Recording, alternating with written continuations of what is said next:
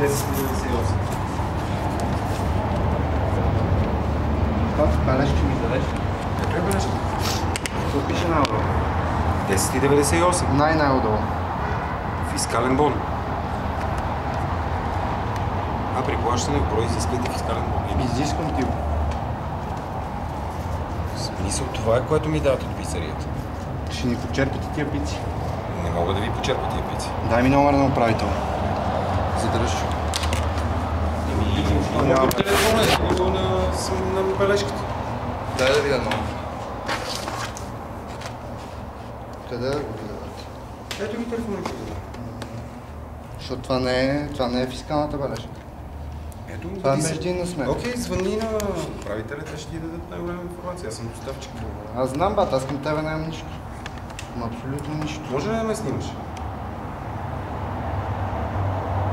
Но какъв Чули ме? Не ме снимай. Не, аз не виждам това, което правите вие. Бат, човека той си работи, бе. Първи ден на... Добре, не казваме нищо, просто искаме да знаем да казвате Сещи бележка се, как човек ни пържат хората. Не е нищо, бат. Имам как да си пъта пица, не се притеснявам. Какво направим? Ще изпуснах пиците, не се отвориха.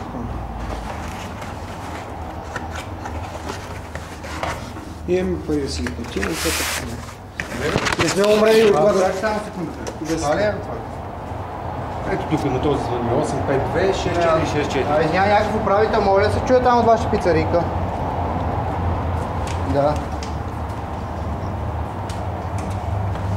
Дай да се чуе какво ще каже човек.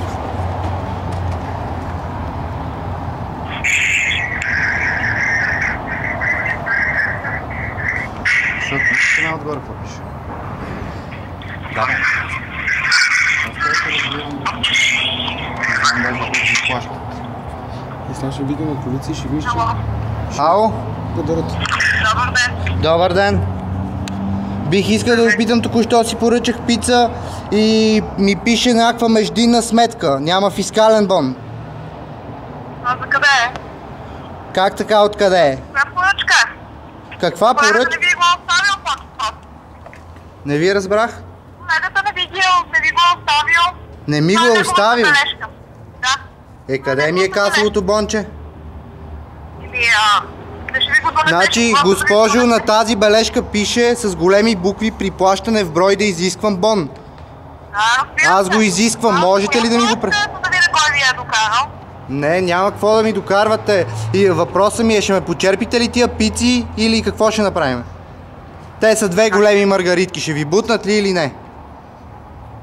Предвид, че данък сигурно укривате доста голяма сума. Няма да ме пуснат. Обаче, бележката ви ще ви я донесеме на... Не искам да ми я носите. Трябва в момента, в който ви дам аз парите, вие да ми я представите. Да, е правда. Моля? Абсолютно сте прав. Въпросът е, че той не е взел сигурно колегата. Не я е взел. Сега не дайте обвинявате момчето, защото аз също имах приятел, който работи при вас и знам как действате. Въпросът ми е, ще ме почерпите ли тези две маргарити или не? Така мислите ли, че е ред?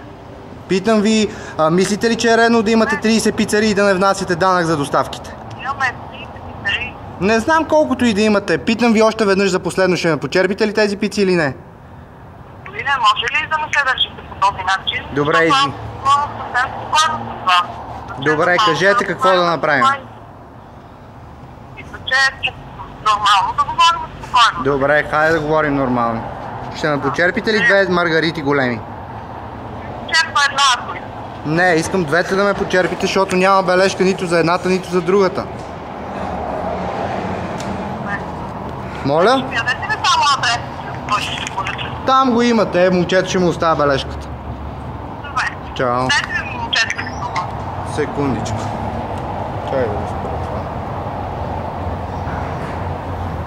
Ало?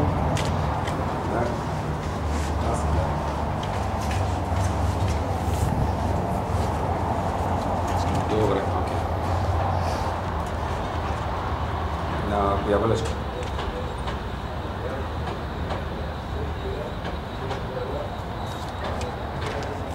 Добре. Окей. Дай ми я там. Това ще ми остане.